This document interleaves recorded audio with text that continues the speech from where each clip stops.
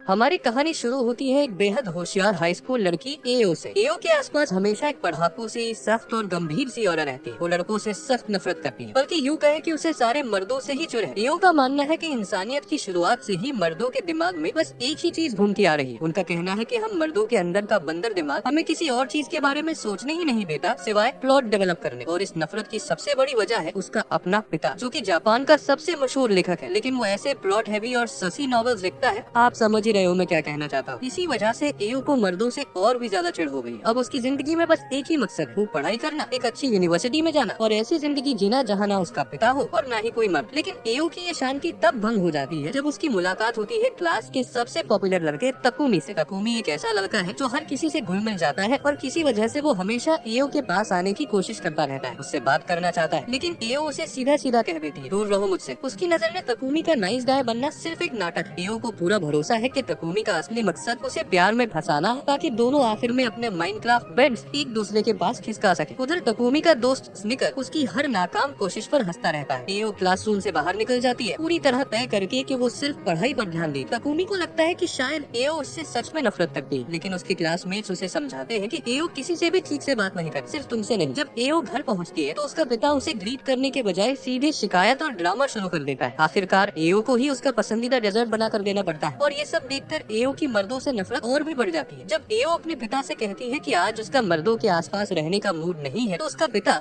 जैसा कि कोई भी समझदार पिता करेगा, इस बात को बिल्कुल ही गलत मतलब में ले लेता है। उसे लगता है कि उसकी बेटी हीट में है और वो अगले दिन के लिए खतरनाक प्लान बना लेता है। अगले दिन एओ तकुमी के बारे में सोचती है और उसे लगता है कि उसके दिमाग में जरूर कोई प्लॉट वर्दी आइडिया पक रहा है। तकुमी को अपनी पढ़ाई में रुकावट बनने से रोकने के लिए एओ फैसला करती है कि वो हिम्मत जुटाकर उसे साफ साफ बता देगी कि वो उससे नफरत करती है। उसी दिन जिम क्लास के दौरान स्पोर्ट्स टीचर एओ को इन्फर्मरी भेजता है, जहाँ तकुमी अपने मुंह चाय रखने के साथ पड़ा होता है। एओ को लगता है कि ये परफेक्ट मौका है तकुमी का दिल तोड़ने का और जरूरत पड़े तो उसकी छोटी कटाना कर। लेकिन जैसे ही एओ इन्फर्मरी में पहुंचती है, वो देखती है कि तकुमी शर्म से लाल हो रहा है और नजरें चुरा रहा है। एक पल के लिए एओ को उसे जाओ मिट्टी खाओ कहना मुश्किल लगने लगता है, लेकिन फिर वो खुद को याद दिलाती है कि सारे मर्द घटिया होते हैं। वो सच बोलने ही वाली थी कि तभी उसकी नजर खिड़की पर पड़ती है, जहाँ उसका पिता खड़ा है हाथ में तख्तियाँ लेकर, जिन पर लिखा है डेवलप द प्लॉट। घबराहट में एओ तकुमी के ऊपर कूद जाती है ताकि उसकी नजर अपने पिता पर न पड़े, लेकिन गलती से उसे और भी बेहतर व्यू मिल जाता है। दोनों इतने ऑकवर्ड हो जाते हैं कि एक दूसरे की तरफ देख भी नहीं पाते। एओ फिर से हिम्मत जुटाती है, लेकिन तभी उसका पिता ऑपरेशन बेलन ड्रॉप चला देता है और सबके सामने एओ का प्लॉट एक्सपोज कर देता है। एओ को लगता है कि अब तकुमी पूरा बंदर मोड में चला जाएगा, लेकिन चौंकाने वाली बात ये होती है कि तकुमी उसे ढक देता है और सीधे सीधे कबूल कर लेता है कि वो एओ से प्यार करता है। ये सुनकर एओ पूरी तरह सन्न रह जाती है। तकुमी ने वैसा कुछ नहीं किया जैसा वो हमेशा मर्दों से उम्मीद करती आई थी। घर लौटते समय एओ को ठीक से याद भी नहीं रहता कि इन्फर्मरी में क्या क्या हुआ। उसे समझ नहीं आता कि तकुमी को क्या जवाब देना है। अगली सुबह भी एओ इसी बात में उलझी रहती है कि उसे क्या कहना चाहिए। तभी उसके दिमाग में एक ब्रिलियंट आइडिया आता है। वो सोचती है कि अगर वो अपना रूप इतना बदल ले कि तकुमी को वो अट्रैक्टिव ही ना लगे, तो सारी परेशानी अपने आप खत्म हो जाए। लेकिन अगले दिन एओ के लिए एक बड़ा झटका इंतजार कर रहा है। उसके नए लुक को देखकर क्लास के हर एक इंसान को वो पसंद आ जाती है। सब उसकी तारीफ करने लगते हैं और सबसे बुरी बात, तकुमी को तो ये नया पढ़ाकू वाला एओ पहले से भी ज्यादा अट्रैक्टिव लगने लगता है। एओ को समझ आ जाता है कि उसका प्लान बुरी तरह बैकफायर कर गया है। अब वो फैसला करती है कि इस बार कुछ अलग करना पड़ेगा। वो ठान लेती है कि वो खुद को इतना अजीब और बदसूरत बनाएगी जितना एक एवरेज हारेम एनिमे का मेन कैरेक्टर होता है। लेकिन तभी तकुमी अचानक सामने आ जाता है। कुछ ही देर में दोनों स्कूल की रूफटॉप पर अकेले बात कर रहे होते हैं। दिन भर के ड्रामे से थका हुआ तकुमी धीरे धीरे ऊँघने लगता है। एओ के दिमाग में तुरंत घंटी बजती है। उसे लगता है ये परफेक्ट मौका है तकुमी की छोटी कटाना पर चुपके से नजर डालने का। वो धीरे धीरे उसके पास सरकती है, कदम दर कदम। जिज्ञासा उस पर हावी हो जाती है, लेकिन जैसे ही वो उसकी विजिट स्टाफ पकड़ने ही वाली होती है, तकुमी उसे रंगे हाथों पकड़ लेता है। अब एओ तकुमी के हाथ को देखती है और उसके दिमाग में एक ही ख्याल आता है, अगर इसका हाथ इतना बड़ा है तो इसका सुशी रोल तो जरूर बहुत बड़ा होगा। और घबराहट में एओ के मुंह से निकल जाता है कि वो तकुमी को डेट नहीं कर सकती क्योंकि उसके अंदर इतनी जगह ही नहीं है। हाँ भाई, आप सबको समझने की जरूरत है, लेकिन तकुमी इस बात को पूरी तरह गलत समझ लेता है। वो मुस्कुराकर कहता है, जब तक ट्राई नहीं करोगी पक्का कैसे कह सकती हो। एओ इसे ऐसे समझ लेती है जैसे वो प्लॉट मर्ज करने की बात कर रहा। अब एओ का दिमाग सीधे जेल की तरफ दौड़ने लगता है। वो हकलाकर कहती है कि वो इस बारे में सोचकर बताए। घर पहुंचकर एओ का पिता अपनी बेटी की नवीन रिलेशनशिप में मदद करने का फैसला करता है। वो उसे डेटिंग की किताबों का एक ढेर दे लेता है। एओ उन्हें देखते ही तुरंत फाड़ डालती है। अगले दिन भी एओ पिछले दिन की घटनाओं से परेशान रहती है। खुद को शांत करने के लिए वो पढ़ने बैठती है, लेकिन जैसे ही वो किताब खोलती है उसे एहसास होता है कि उसके हाथ में उसके पिता का सबसे ज्यादा ससी नॉवल है। उधर तकुमी एक नई इंग्लिश बुक लेकर एओ के पास आता है साथ में पढ़ाई करने के लिए, लेकिन एओ अपनी ही गंदी कल्पनाओं में खोई हुई होती है। घबराकर वो गलती से अपनी किताब तकुमी की किताब पर दे मारती है। दोनों की किताबें किताबें अनजाने में बदल जाती है। तकुमी को लगता है कि शायद उसने एओ को नाराज कर दिया है, तो वो माफी मांग लेता है। एओ इतनी घबराई हुई होती है कि कुछ बोल भी नहीं पाती। बाद में एओ को पता चलता है कि उसके पास तकुमी की किताब है और तकुमी के पास उसके पिता का गर्म खून वाला नॉवल। वो घबराकर तकुमी को ढूंढने दौड़ती है। अच्छी बात ये रहती है कि वो उसे जाने से पहले पकड़ लेती है। दोनों एक बेंच पर बैठते हैं। एओ को लगता है कि तकुमी ने वो घटिया किताब पढ़ ली होगी और अब वो सबके सामने कुछ गड़बड़ करना चाहता है। वो ऑकवर्ड होकर कहती है कि यहाँ ऐसा नहीं करना चाहिए, लोग देख लेंगे। तकुमी बिल्कुल इनोसेंट बनकर समझता है कि वो पढ़ाई की बात कर रही है और कहता है बाहर पढ़ने में तो कोई दिक्कत नहीं है। ये सुनकर एओ के तो होश ही उड़ जाते हैं। वो तुरंत किताब वापस मांगती है। तकुमी मुस्कुराकर मना कर देता है और कहता है कि वो उसे टीज किए बिना नहीं रह पाता क्योंकि एओ बहुत क्यूट है। आखिरकार वो किताब लौटा देता है और बाद में साथ में इंग्लिश पढ़ने का सुझाव देता है। तभी एओ को एहसास होता है कि तकुमी ने उस किताब को खोला तक नहीं था। ये सोचकर एओ अपनी पुरानी बातें याद करती है और शर्म से पानी पानी हो जाती है। और हालात यही नहीं रुकते। उस रात एओ आने वाले स्कूल ट्रिप से डरी हुई होती है। उसे पूरा भरोसा है कि वहाँ तकुमी के साथ अजीबोगरीब चीजें होंगी, लेकिन उसका पिता जबरदस्ती उसे जाने के लिए मनाता है, अंदर ही अंदर ये सोचते हुए कि एओ वहाँ उसकी किताबों जैसे सीन्स दोहराएगी। भाई क्या आदमी है। स्कूल ट्रिप के दिन एओ इतनी नर्वस होती है कि उसे लगता है कि उसके क्लासमेट्स उसे अडल्ट हरकतों में घसीट लेंगे। जैसे जैसे उसका दिमाग और ज्यादा बिगड़ता है, वो तकुमी से टकरा जाती है। घबराकर वो उससे दूरी बना लेती है क्योंकि तकुमी की वजह से उसका दिल पागलों की तरह धड़कने लगता है। उधर तकुमी को उसकी ये शाय हरकतें बहुत प्यारी लगती है, लेकिन ये बात क्लास से छुपी नहीं रहती। एओ के क्लासमेट सुन लेते हैं और तुरंत उसे घेर लेते हैं। वो उससे पूछने लगते हैं कि उसके और तकुमी के बीच क्या चल रहा है। घबराई हुई एओ भागते भागते गलत कमरे में घुस जाती है। तभी तकुमी के दोस्त भी वहाँ आ जाते हैं। अब एओ पूरी तरह पैनिक मोड में होती है। उसके पास एक ही रास्ता बचता है और वो जाकर अलमारी के अंदर छुप जाती है। लेकिन जैसे ही तकुमी के दोस्त कुछ पीने का सामान लेने बाहर निकलते हैं, कमरे में तकुमी अकेला रह जाता है। वो कैजुअली अलमारी खोलता है और अंदर देखकर उसके होश उड़ जाते हैं क्योंकि किसी अजीब वजह से एओ अलमारी के अंदर ठुसी हुई होती है। ऐसी वजह जो शायद सिर्फ एलियंस ही समझ पाए। और हालात तब और बिगड़ जाते हैं जब एओ बाहर निकलते वक्त घबरा जाती है और फिसल कर सीधा तकुमी के ऊपर गिर पड़ती है। उसी पल बाकी सब लोग भी कमरे में वापस आ जाते हैं। घबराई हुई एओ तुरंत बोल पड़ती है, ये जैसा दिख रहा है वैसा बिल्कुल नहीं है, लेकिन कोई भी उसकी बात पर भरोसा नहीं करता। उस रात सब लोग टेस्ट ऑफ करेज के लिए इकट्ठा होते हैं। लड़कियां एक चालाक प्लान बनाती है कि एओ और तकुमी को साथ में छोड़ दिया जाए ताकि दोनों को अकेले बात करने का मौका मिले। लेकिन चलते चलते एओ को अचानक बहुत ज्यादा घबराहट महसूस होती है और वो अकेले में जाने लगती है। तभी उसे ऐसा लगता है जैसे किसी ने अचानक उसका हाथ पकड़ लिया हो। एओ बुरी तरह डर जाती है और सीधे भागकर तकुमी के पास पहुंच जाती है। तकुमी हिम्मत करके मामला देखने जाता है, लेकिन उसे पता चलता है कि कुछ भी अजीब या डरावना नहीं था। वापस आते वक्त तकुमी देखता है कि एओ की स्कर्ट ऊपर खिसक गई है। वो इशारों में समझाने की कोशिश करता है, लेकिन एओ उसकी बात बिल्कुल गलत समझ लेती है। उसे लगता है तकुमी उसके बारे में कुछ अजीब इशारे कर रहा है। एओ अब पूरी तरह शर्मिंदा और परेशान हो जाती है और भागने लगती है। तकुमी उसे रोककर अपनी जैकेट आगे बढ़ाता है ताकि वो खुद को ढक सके, लेकिन एओ इसे भी गलत मतलब में ले लेती है और तेज भागती है। भागते भागते उसका पैर मुड़ जाता है और वो गिर जाती है। तकुमी तुरंत उसके पास आता है, उसे संभालता है और पहली बार पूरे सच्चे दिल से कहता है कि एओ उसके लिए खास है। एओ को लगता है कि अब शायद कोई रोमांटिक पल आने वाला है, लेकिन तकुमी बस अपनी जैकेट उसके ऊपर डाल देता है और ऑकवर्ड तरीके से बता देता है कि उसकी स्कर्ट काफी देर से ऊपर थी। एओ एकदम चुप हो जाती है। कुछ समय बाद एक फ्लैशबैक दिखाया जाता है। छोटी एओ को उसके क्लासमेट्स रोज चढ़ाते थे, उसका मजाक उड़ाते थे, लेकिन उन सब में एक इंसान ऐसा था जो हमेशा उसका साथ देता था। वर्तमान में एओ एक बुरे सपने से चौंक कर उठती है। तभी उसका पिता कमरे में आता है और उसे एक चिट्ठी देता है। जैसे ही एओ चिट्ठी खोलती है, उसके पैरों तले जमीन खिसक जाती है। अंदर एक तस्वीर होती है जिसमें तकुमी किसी दूसरी लड़की के साथ काफी करीब दिख रहा होता है और ऊपर से उसका पिता ये भी बता देता है कि वही लड़की खुद ये चिट्ठी देकर गई थी। अब एओ का गुस्सा सीधे जेलसी में बदल जाता है। स्कूल में वो सोचती रहती है कि शायद उसे तकुमी को किसी और के साथ बांटना पड़ेगा। उसी दिन जब एओ तकुमी को दूर से देख रही होती है कि वो कितना कूल लग रहा है, तभी पास की लड़कियां बातें करने लगती है कि एओ कितनी लकी है कि उसका बॉयफ्रेंड इतना हैंडसम और एथलेटिक है। एओ तुरंत मना कर देती है, लेकिन तभी तकुमी का एक दोस्त अचानक आकर मजाक उड़ाने लगता है कि तकुमी इतना हैंडसम है कि एक ही लड़की के लिए नहीं बना। ये सुनते ही एओ का जेलसी मीटर फुल हो जाता है। गुस्से में वो तकुमी से कहती है कि आज के बाद वो उससे बात न करे और ये कहते हुए वहाँ से चली जाती है। वो ये ठान लेती है कि अब वो जिंदगी भर सिर्फ पढ़ाई पर ध्यान देगी। बाद में एओ अकेले बैठकर केक पर केक खा रही होती है ताकि अपना दर्द कम कर सके, लेकिन तकुमी और उस लड़की की तस्वीर उसके दिमाग से निकल ही नहीं रही होती। वो गुस्से में सोचती है कि काश उस फोटो को 1000 टुकड़ों में फाड़ दे। तभी वहाँ मियाबी आ जाती है, वही लड़की जो फोटो में थी और एओ की पुरानी क्लासमेट भी। मियाबी बताती है कि वो तकुमी के साथ एक ग्रुप आउटिंग पर गई थी, लेकिन कहानी यहाँ ट्विस्ट लेती है। मियाबी बताती है कि उसी आउटिंग के दौरान तकुमी ने साफ साफ कहा कि उसे एओ पसंद है और तकुमी की ये ईमानदारी मियाबी को बहुत पसंद आ जाती है। अब मियाबी खुलकर कहती है कि वो खुद तकुमी को चाहती है। वो बिना झिझक एओ से पूछती है कि क्या वो उसे तकुमी दे सकती है और आखिर में ये भी कह देती है कि उसे एओ जैसी लड़कियां पसंद नहीं, जिनके पास इतना अच्छा इंसान होता है और फिर भी उन्हें उसकी कदर नहीं होती। लेकिन जैसे ही माहौल पूरी तरह टेंस हो जाता है, अचानक एओ के फोन पर तकुमी का कॉल आता है। तकुमी घबराए हुए लहजे में जल्दी जल्दी समझाता है कि वो उस ग्रुप डेट में जबरदस्ती घसीटा गया था और लगभग गिड़गिड़ाते हुए उससे माफी मांगता है। लेकिन एओ कह देती है इससे क्या फर्क पड़ता है, हम वैसे भी ऑफिशियली डेट नहीं कर रहे और हो सकता है तुम बस मेरी फीलिंग्स के साथ खेल रहे हो। ये सुनकर तकुमी आहत और फ्रस्ट्रेटेड हो जाता है। वो कह देता है कि ठीक है, अब वो उससे कभी बात नहीं करेगा और कॉल अचानक काट देता है। उस पल दोनों का दिल टूट जाता है। हालांकि सच्चाई ये होती है कि तकुमी और मियाबी वाली फोटो असल में फोटोशॉप। अगले दिन तकुमी अपने शब्दों पर टिका रहता है और एओ से दूरी बना लेता है। वो उससे बिल्कुल कोल्ड बिहेव करता है और जैसे ये कम था, एओ देखती है कि मियाबी हर मौके पर तकुमी के पास जाने की कोशिश कर रही है। एओ परेशान होकर अपने पिता से पूछती है कि लड़के अचानक लड़कियों में इंटरेस्ट क्यों खो देते हैं। उसका पिता बड़े आराम से जवाब देता है, जब लड़की लड़के की फीलिंग्स पर शक करने लगे या फिर लड़के को कोई ऐसी क्यूट लड़की मिल जाए जो हर हद तक जाने को तैयार हो। ये सुनते ही एओ पैनिक मोड में चली जाती है। कुछ देर बाद एओ और उसका पिता लोकल मेले में घूमने जाते हैं, लेकिन वहाँ उनकी टक्कर तकुमी और मियाबी से हो जाती है, जो साफ साफ एक डेट पर होते हैं। और हालात और खराब तब हो जाते हैं जब एओ देखती है कि मियाबी अजीब सी डेटिंग मैनुअल फॉलो कर रही है। और सबसे बड़ा ट्विस्ट ये होता है कि वो मैनुअल असल में एओ के पिता ने ही लिखा था। इसके बाद तकुमी और एओ किसी तरह एक हॉन्टेड हाउस में पहुंच जाते हैं। अंधेरे, डरावनी आवाजों और कम रोशनी की वजह से उन्हें पता ही नहीं चलता कि सामने कौन है। डर के मारे दोनों अपने अपने क्रश के बारे में बात करने लगते हैं और एक दूसरे से आगे निकलने की कोशिश करते हैं, लेकिन तभी बिजली चमकती है और दोनों एक दूसरे का चेहरा देख लेते हैं। एओ को लगता है कि तकुमी अब तक मियाबी की तारीफ कर रहा था, वहीं तकुमी को लगता है कि एओ किसी नए लड़के के साथ डेट पर है। दोनों गुस्से में वहाँ से निकल जाते हैं। पीछे रह जाता है इतना ऑकवर्ड माहौल कि भूत तक शॉक हो जाते हैं। उस दिन बाद में मियाबी एक भी मौका हाथ से नहीं जाने देती। वो तकुमी को एओ के बारे में उल्टी सीधी बातें बताने लगती है कि एओ के पीछे लड़कों की लाइन लगी रहती है और वो एक से दूसरे पर जाती रहती है। फिर मियाबी सीधे तकुमी के सामने अपने प्यार का इजहार कर देती है और उसके गले लग जाती है। उसी पल दूर से एओ ये सब देख लेती है और क्योंकि यूनिवर्स को ड्रामा बहुत पसंद है, वो देखती है कि तकुमी और मियाबी होटल के अंदर चले जाते हैं। उस रात एओ बाथटब में बैठी होती है, लेकिन आराम करने के बजाय उसका दिमाग सबसे बुरी कल्पनाओं से भरा होता है कि तकुमी और मियाबी होटल में क्या कर रहे होंगे। गर्मी और तनाव की वजह से एओ बेहोश हो जाती है और तभी जैसे किसी एनिमे सीन में होता है, तकुमी अचानक प्रकट हो जाता है। जब एओ होश में आती है तो हैरान होकर सोचती है कि तकुमी यहाँ क्यों है, मियाबी के साथ क्यों नहीं। लेकिन इससे पहले कि तकुमी जवाब दे, उसका पिता बीच में आ जाता है। वो बताता है कि तकुमी उसे देखने आया था और उसी ने तकुमी से एओ को उठाकर लाने को कहा, लेकिन एओ अभी भी गुस्से में होती है। वो तकुमी पर चिल्ला पड़ती है, उसे टू टाइमिंग इडियट कहती है और कहती है कि वो वापस होटल जाकर मियाबी के साथ रहे। तकुमी खुद को संभालते हुए समझाता है कि वो और मियाबी होटल में रुकने गए थे, लेकिन स्टूडेंट्स होने की वजह से उन्हें अंदर नहीं जाने दिया गया। बाहर इंतजार करते वक्त तकुमी ने एओ का जिक्र किया और ये सुनते ही मियाबी गुस्से में वहाँ से चली गई। लेकिन अभी भी एओ को भरोसा नहीं होता। तकुमी आखिरी कोशिश में कहता है कि उसने अपनी जिंदगी में कभी कुछ गलत नहीं किया। इतना कहकर वो शर्मिंदा सा होकर वहाँ से चला जाता है। एओ पूरी तरह हैरान रह जाती है। अगले दिन स्कूल में बाहर जोरदार तूफान चल रहा होता है, लेकिन एओ को इन सब बातों से कोई खास फर्क नहीं पड़ता। उल्टा वो मनी मन खुश होती रहती है, क्योंकि उसे लगता है कि तकुमी से ज्यादा समझदार वो खुद है। आखिर उसके पास अपने पिता का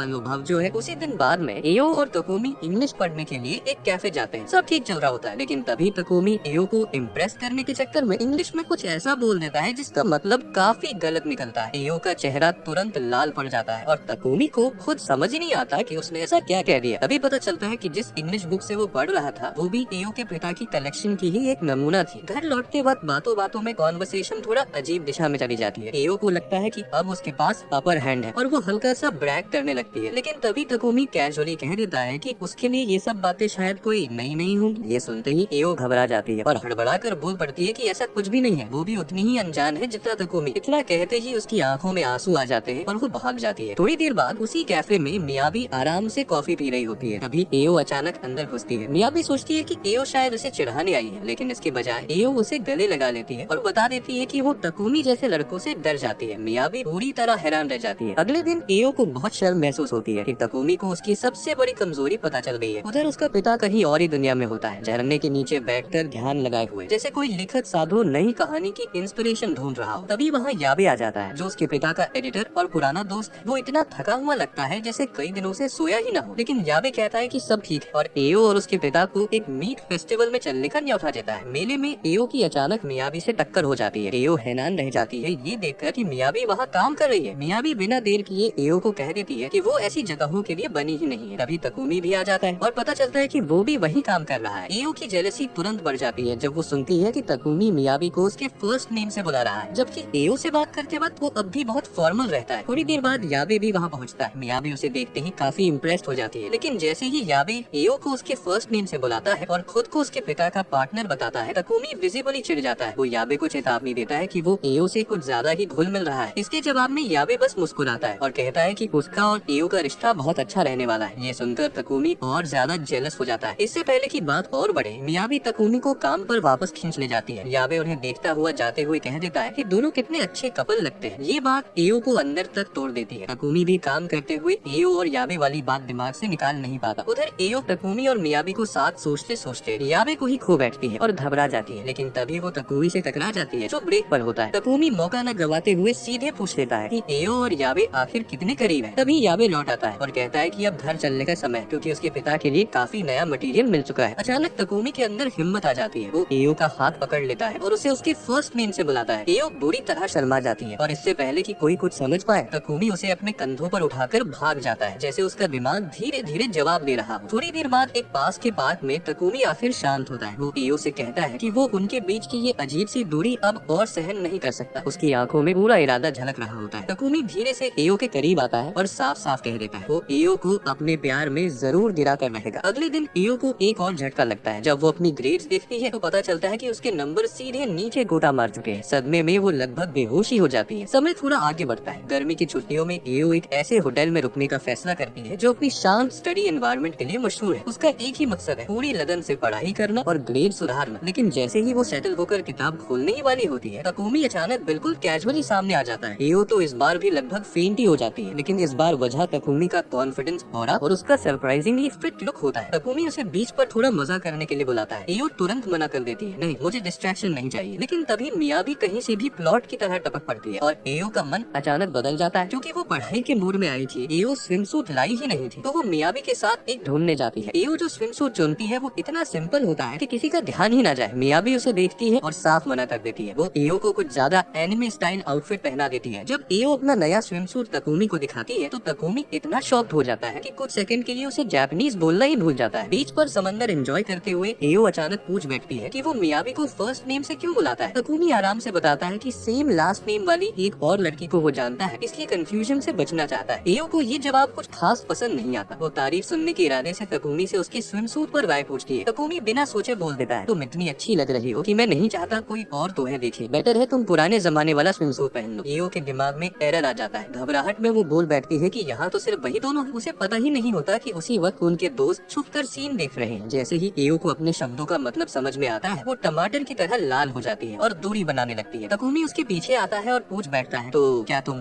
रेडी हो? एओ का दिमाग सीधे एनिमे इमेजिनेशन मोड में चला जाता है। उसे लगता है तकुमी अब कोई बहुत बड़ा स्टेप लेने वाला है। वो शर्माते हुए हाँ कह देती है, लेकिन तकुमी उसे उठाकर बस किनारे की तरफ ले जाने लगता है। तभी एओ को समझ में आता है कि वो पूछ रहा था कि क्या वो पानी से बाहर आने के लिए रेडी है ताकि वापस पढ़ाई कर सके। एओ पूरी तरह हैरान रह जाती है। अब वो खुद पर भी गुस्सा होती है और तकुमी की लेजेंडरी ऑब्लिवियसनेस पर भी। उसे लगता है कि यूनिवर्स उसके साथ प्रैंक कर रहा है। पूरा दिन वो चिढ़ी रहती है और एक भी किताब नहीं खोल पाती। रात भर वो यही सोचती रहती है कि तकुमी इतना क्यूलेस कैसे हो सकता है। उसके दिमाग में एक के बाद एक अजीब अजीब सिनेरियोस घूमते रहते हैं और वो खुद पर ही फेस पाम करती रहती है। तभी उसके दिमाग में एक शरारती सा प्लान आता है। वो सोचती है, अब देखते हैं तकुमी का कंसंट्रेशन कितना स्ट्रॉन्ग है। अगले दिन एओ हर वो स्नैक, जूस और एनर्जी बूस्टिंग चीज इकट्ठा कर लेती है जो तकुमी को एक्स्ट्रा हाइपर बना सके। लेकिन तभी जब एओ किसी और ही सोच में खोई होती है, अचानक उसके पापा किचन में आ जाते हैं। जैसे ही उनकी नजर इन अजीब अजीब खाने की चीजों पर पड़ती है तो वो तुरंत समझ जाते हैं कुछ तो गड़बड़ है। एक जिम्मेदार पापा की तरह वो भी मदद करने का फैसला कर लेते हैं और चुपके से उसमें एक सीक्रेट इंग्रेडिएंट मिला देते हैं। अगले दिन एओ तकुमी को पिकनिक पर बुलाती है, लेकिन तकुमी का मूड पूरा ऑफ होता है क्योंकि उसका फुटबॉल मैच बुरी तरह हार गया। पास खड़ी लड़कियां एओ को इशारा करती है कि वो तकुमी को चीयर अप करे और खुद कराओके के लिए निकल जाती है। अब तकुमी के साथ आखिरकार एओ अकेली होती है। वो अपना प्लान शुरू करती है और तकुमी को खुद बनाया हुआ लंच देती है। लंच खाते ही तकुमी का मूड एकदम फ्रेश हो जाता है, लेकिन तभी वो अचानक अजीब सा बिहेव करने लगता है और कहता है कि उसे पता नहीं क्यों आज वो कुछ ज्यादा ही रेस्टलेस महसूस कर रहा है। कुछ पल के लिए माहौल एकदम ड्रामेटिक हो जाता है, लेकिन तभी तकुमी खुद को रोक लेता है। वो एओ से कहता है कि उसे ठीक नहीं लग रहा और एओ को अभी जाना चाहिए। एओ पूरी तरह फ्रस्ट्रेटेड हो जाती है और गलती से बोल बैठती है, मुझे यकीन नहीं हो रहा कि तुम फिर से बीच में रुक गए। तकुमी घबरा जाता है और ईमानदारी से मान लेता है कि वो भी वैसा ही महसूस करता है, लेकिन उसके लिए सब कुछ सम्मान और सच्चे एहसास के साथ होना चाहिए। ये सुनते ही एओ का दिल पिघल जाता है। उसे एहसास होता है कि वो तकुमी की बहुत ज्यादा परवाह करने लगी है। थोड़ा हिम्मत जुटाकर वो उसे कह देती है कि अब उसे कभी डेट के लिए ना पूछे क्योंकि उसे अपनी पढ़ाई पर ध्यान देना है। उस रात एओ बहुत उदास महसूस करती है, लेकिन खुद को समझा लेती है कि उसने सही फैसला किया। वो अपने पापा की अजीब सी डॉल्स में से एक को हक करके सो जाती है। उधर तकुमी किताबों में डूबा हुआ होता है, ठान लेता है कि वो भी उसी यूनिवर्सिटी में जाएगा जहाँ एओ जाना चाहती है। अगले दिन स्कूल में एओ को झटका लगता है। तकुमी उससे बिल्कुल बात करना बंद कर देता है। भले ही ये उसी की मांग थी, फिर भी उसे तकुमी का अजनबी जैसा बर्ताव दिन पर हथौड़े जैसा लगता है। घर आकर एओ पढ़ाई शुरू करती है, लेकिन उसका मन बार बार तकुमी की तरफ चला जाता है। वो 1 मिनट से ज्यादा कंसंट्रेट ही नहीं कर पाती। ये देखकर याक फैसला करता है कि एओ को थोड़ा डिसिप्लिन चाहिए और एनिमे लॉजिक के हिसाब से उसे एक शर्मनाक मेड आउटफिट पहनने पर मजबूर कर देता है। उसी रात तकुमी एओ के घर आता है। वहाँ उसकी मुलाकात याक से होती है, जो उसे चेतावनी देता है कि एओ पढ़ाई कर रही है, उसे डिस्टर्ब न करे। तकुमी मान लेता है कि वो शायद परेशानी है, लेकिन बस एक बार एओ से मिलना चाहता है। अगर इस बार भी एओ ने मना कर दिया तो वो हमेशा के लिए पीछे हट जाएगा। तकुमी की सिंसेरिटी देखकर याक उसे अंदर जाने देता है। तकुमी एओ को उसके कमरे में पाता है, पूरी तरह बिखरी हुई। वो समझ जाता है कि शायद वही उसकी डिस्ट्रैक्शन है। तकुमी कहता है कि अब वो उससे दूरी बनाए रखेगा, क्योंकि वो उसे बहुत ज्यादा पसंद करता है। जैसे ही वो जाने लगता है, एओ का दिमाग पूरी तरह उलझ जाता है। घबराहट में वो उसे रोक लेती है और रुकने की विनती करती है। तकुमी का चेहरा खुशी से चमक उठता है। दोनों एक दूसरे को सच्चे दिल से गले लगाते हैं। माहौल फिर इमोशनल हो जाता है। तकुमी मजाक में पूछता है कि क्या वो उसका बेंटो बॉक्स खोल सकता है। एओ हैरान करती हुई हाँ कह देती है। दोनों एक दूसरे की आंखों में देखते हैं, पूरी तरह नर्वस और कंफ्यूज्ड। लेकिन तभी एओ के पापा पूरा सीन रिकॉर्ड करते हुए वहाँ आ जाते हैं। तकुमी शर्मिंदा होकर बार बार माफी मांगता है। एओ के पापा हंसते हुए कहते हैं कि उन्हें सब समझ आता है जब लोग यंग होते हैं। तकुमी खुश होकर कहता है कि अब वो एओ से एक जरूरी बात पूछना चाहता है। एओ का दिल जोर जोर से धड़कने लगता है। उसे लगता है कि तकुमी कुछ बहुत बड़ा पूछने वाला है। घबराहट में वो तुरंत हाँ बोल देती है और तभी उसे पता चलता है कि असल सवाल तो कुछ और ही था। असल में तकुमी कोई बड़ा कन्फेशन नहीं कर रहा होगा, बल्कि वो प्रपोज करता है कि दोनों साथ साथ पढ़ाई करें ताकि एक ही यूनिवर्सिटी में जा सके। वो ये भी कहता है कि तब तक वो अपने दिल की बातें थोड़ा कंट्रोल में रखेगा। एओ को हल्की सी निराशा तो होती है, लेकिन वो हार मानने वालों में से नहीं। वो मन ही मन नया गोल बना लेती है। एग्जाम्स में टॉप करना है और कॉलेज में जाकर तकुमी के साथ जिंदगी के नेक्स्ट लेवल अनलॉक करने हैं। कुछ हफ्तों बाद क्लास में स्पोर्ट्स फेस्टिवल की प्लानिंग शुरू हो जाती है। एओ खेल कूद में वैसे भी कमजोर है, इसलिए वो ज्यादा एक्साइटेड नहीं होती। लेकिन तभी वो सुनती है कि तकुमी चीयर लीडर बनने वाला है। बस फिर क्या, एओ के दिमाग में तकुमी को क्यूट से चीयर लीडर आउटफिट में देखने की फिल्म चल पड़ती है और उसका मूड एकदम अप हो जाता है। स्कूल से घर आकर एओ कैजुअली फेस्टिवल का जिक्र करती है अपने डैड से। डैड तुरंत ऐलान कर देते हैं कि वो पूरा सपोर्ट देने आएंगे, लेकिन एओ अपने डैड के ड्रामेटिक नेचर को अच्छे से जानती है, इसलिए तुरंत मना कर देती है। वो कहती है कि पापा हर बार कुछ न कुछ ऐसा कर देते हैं जिससे वो शर्मिंदा हो जाती है। डैड चाहे कितना भी प्रॉमिस करें कि इस बार अच्छे रहेंगे, एओ को भरोसा नहीं होता और साफ कह देती है कि वो उन्हें वहाँ देखना ही नहीं चाहती। यहीं से बाप बेटी में तकरार हो जाती है और दोनों बुरे मूड में अलग हो जाते हैं। अगले कुछ दिन दोनों एक दूसरे से बात नहीं करते। आखिरकार फेस्टिवल का दिन आ जाता है। एओ भीड़ में अपने डैड को ना देखकर थोड़ा उदास हो जाती है। अब उसे अपनी बातों का पछतावा होने लगता है। उसी वक्त तकुमी आता है और एओ के चेहरे से समझ जाता है कि कुछ गड़बड़ है। एओ उसे बताती है कि उसकी डैड से लड़ाई हो गई। तकुमी उसे भरोसा दिलाता है कि सब ठीक हो जाए। उसकी बातें सुनकर एओ के चेहरे पर हल्की सी मुस्कान आ जाती है। जैसे ही एओ तकुमी से गुड बाय कहती है, तभी उसका डैड अचानक सामने आ जाता है। दोनों एक दूसरे से सच्चे दिल से माफी मांगते हैं और सब भूलने का फैसला करते हैं। अब एओ का मन हल्का हो चुका होता है। रेस शुरू होती है। डैड के अनएक्सपेक्टेड सपोर्ट और तकुमी की मौजूदगी से एओ पूरी जान लगा देती है। लेकिन जब उसके डैड कुछ ज्यादा ही ओवर एंथुसियास्टिक कमेंट्स करने लगते हैं तो एओ और तेज भागती है, बस उन्हें चुप कराने के। और सरप्राइज, एओ रेस जीत जाती है। बाद में इन्फर्मरी में एओ का डैड अपनी बेटी की स्पेशल ट्रेनिंग का असर झेल रहा होता है। उसी समय तकुमी वहाँ आता है। डैड बिना रुके पूछते हैं कि क्या उसे एओ के बारे में कही गई बातें अच्छी लगी। तकुमी शर्माते हुए हाँ कह देता है। ये सुनकर एओ खुशी के मारे रो पड़ती है। कुछ समय बाद एओ अपनी ओवर थिंकिंग मोड में तकुमी से कहती है कि शायद उन्हें साथ पढ़ाई नहीं करनी चाहिए, क्योंकि ध्यान भटक जाता है। असल में एओ को डर है कि ज्यादा साथ रहे तो दोनों की इमेजिनेशन कुछ ज्यादा ही क्रिएटिव हो जाए। तकुमी पूछता है कि क्या वो बस उसके साथ अकेले होने से घबरा रही है। एओ कूल बनने की कोशिश करते हुए इस बात से इनकार कर देती है। तब तकुमी कैजुअली बोल देता है कि वीकेंड पर उसके घर आकर पढ़ाई कर ले, वैसे भी घर पे कोई और नहीं होगा। ये सुनते ही एओ का दिमाग सीधे कार्टून फैंटेसी मोड में चला जाता है। फिर भी वो हाँ कह देती है। उसी रात एओ एक्साइटमेंट और नर्वसनेस में ऑनलाइन कुछ स्पेशल कम्फी क्लोथ ऑर्डर कर देती है। अगले दिन पैकेज आता है और डैड हमेशा की तरह गलत से सही अंदाजा लगा लेते हैं। एओ घबरा कर मना करती है, हालांकि इस बार डैड सही होते हैं। तब वीकेंड आता है और एओ तकुमी के घर पहुंचती है। दोनों पढ़ाई में लग जाते हैं। घंटे बीतते जाते हैं, लेकिन तकुमी बिल्कुल नॉर्मल रहता है। एओ बेचैन होने लगती है। वो इशारों इशारों में काफी हिंट्स देने लगती है, लेकिन तकुमी पूरा नॉर्मल एनिमे हीरो निकलता है। इतने ऑब्वियस हिंट्स भी उसके सिर के ऊपर से निकल जाते हैं। अचानक तकुमी पूरी मासूमियत से कहता है कि अगर दोनों एग्जाम्स में टॉप कर गए तो एक दूसरे से एक एक विश मांग सकते हैं। ये सुनते ही एओ का दिमाग पॉसिबिलिटीज से भर जाता है। वो उत्सुक होकर पूछती है, तकुमी तुम क्या विश मांगोगे? लेकिन एओ के लिए सरप्राइज यही खत्म नहीं होता। तकुमी बिल्कुल शांति से कहता है कि वो बस यही विश मांगेगा कि एओ उसके लिए एक बार फिर वही वाला टिफिन बना दे। ये सुनते ही एओ का दिमाग पूरी तरह घूम जाता है। उसे समझ आ जाता है कि अगर उसे तकुमी के साथ जिंदगी के एडवांस लेवल्स अनलॉक करने हैं तो उसे पहले एग्जाम्स में सच में मेहनत करनी पड़ेगी। इसके बाद एओ पूरी क्लास की सबसे पढ़ाकू स्टूडेंट बन जाती है। उसका एक ही गोल होता है, एग्जाम्स फोड़ना और फिर तकुमी से अपनी विश मांगना। लेकिन किस्मत को कुछ और ही मंजूर होता है। लगातार ज्यादा पढ़ाई करने की वजह से एओ की तबीयत बिगड़ जाती है और वो एग्जाम्स ही मिस कर देती है। इसका मतलब अब वो तकुमी से कुछ भी नहीं मान सकती। कुछ हफ्तों बाद एओ एक आइसक्रीम शॉप में चिल कर रही होती है, तभी उसकी मुलाकात मियाबी से हो जाती है, जो वहाँ काम कर रही हो। मियाबी बिना टाइम वेस्ट किए सीधा पूछ लेती है, तो तकुमी के साथ कुछ हुआ? एओ एक लंबी सांस लेकर मान लेती है कि इतने टाइम साथ रहने के बावजूद कुछ भी नहीं हुआ। ये सुनकर मियाबी उसे सलाह देती है कि तकुमी टकुमी का इंतजार छोड़ो और खुद ही एक कदम आगे बढ़ो, क्योंकि वो लड़का हिंट समझने में जरा स्लो है। घर जाते वक्त एओ फिर से ओवर थिंकिंग शुरू कर देती है। वो सोचती है कि शायद उसे भी टकुमी की तरह ज्यादा इनोसेंट बनना चाहिए, क्योंकि टकुमी तो कॉलेज तक इंतजार करने को तैयार है। अगले दिन एओ पूरी तरह पढ़ाई में लग जाती है। टकुमी नोटिस करता है कि आज एओ न तो ज्यादा घबराई हुई है और न ही पहले जैसी चंचल। एओ उससे पूछता है कि सब ठीक है या नहीं। पहले तो एओ टालने की कोशिश करती है, लेकिन फिर सच उगल देती है। वो इस बात से दुखी है कि उनके बीच अभी तक एक किस भी नहीं हुई। ये सुनकर टकुमी सीधा पूछता है, तो ट्राई करे। एओ हाँ तो कह देती है, लेकिन अंदर से उसका दिल तेज तेज धड़क रहा होता है। दोनों जैसे ही करीब आते हैं, टकुमी अचानक रुक जाता है, ये सोचकर कि शायद वो अभी रेडी नहीं। लेकिन इस बार एओ मौका नहीं छोड़ती और खुद ही आगे बढ़ जाती है। ये किस इतनी स्वीट होती है कि एओ खुशी के मारे लगभग बेहोश हो जाती है। उस रात एओ खाना बनाते वक्त इतनी खोई रहती है कि डैड के लिए दुगना खाना बना देती है। उसके दिमाग में बस वही एक पल बार बार चल रहा होता है। अगले दिन टकुमी एओ से मिलने आता है। एओ अब भी टमाटर की तरह लाल है और उसके दिमाग में अजीब अजीब सवाल घूम रहे हैं। उसे लगने लगता है कि टकुमी इतना स्मूथ कैसे हो गया, कहीं उसने पहले किसी और के साथ प्रैक्टिस तो नहीं की। जलन में आकर एओ गुस्से में वहाँ से चली जाती है। असल सच्चाई ये होती है कि टकुमी ने सारी प्रैक्टिस अपने तकिए के साथ की थी। एओ ही उसका पहला असली किस थी। ये जानकर दोनों की ऑकवर्डनेस और भी बढ़ जाती है। बाद में लाइब्रेरी में दोनों की फिर मुलाकात होती है। वो किसी शांत जगह जाकर दिल से बात करते हैं। एओ शर्माती हुई मान लेती है कि उसकी भी पहली ही बार था और उसे डर था कि उसकी लैक ऑफ एक्सपीरियंस टकुमी को दूर कर दे। टकुमी के मुस्कुराते हुए कबूल करता है कि उसका भी पहला ही किस। इसी के साथ सारी गलतफहमियां दूर हो जाती है और जाते जाते टकुमी चुपके से एक और किस चुरा लेता है। एओ को तब एहसास होता है कि अब पढ़ाई पर ध्यान लगाना उसके बस की बात नहीं रही। इसी के साथ आज की ये एनीमे खत्म होती है। अगर आपको वीडियो पसंद आया हो तो लाइक करना मत भूलिएगा और ऐसे ही मजेदार वीडियोस के लिए चैनल को सब्सक्राइब कर लो।